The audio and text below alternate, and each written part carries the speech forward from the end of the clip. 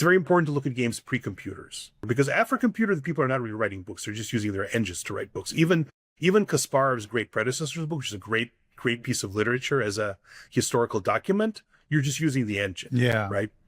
Okay. So it's important for you reading books. It's important to read books prior to 1990. Right. After 1990, to various degrees, you're just using engines.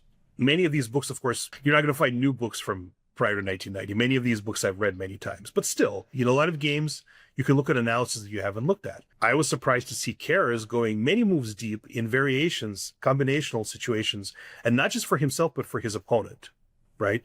And he did it in a very analytical way without guessing. Like I've concluded that intuition was a weakness of Keres. His strength was analytical thinking and precise calculation.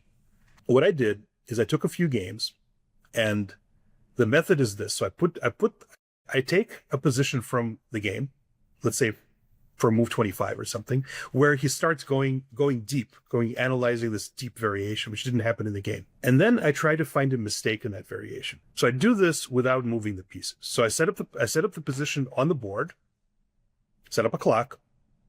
I have his analysis, his moves. So so I'm starting with something. I'm starting with his variation. I'm not finding it on my own.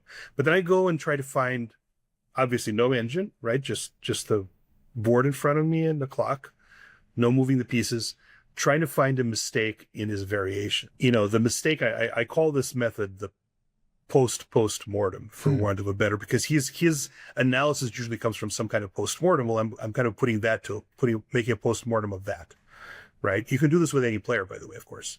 And I've done this with many other players as well. Experience shows that roughly half, give or take, of variations will have a mistake.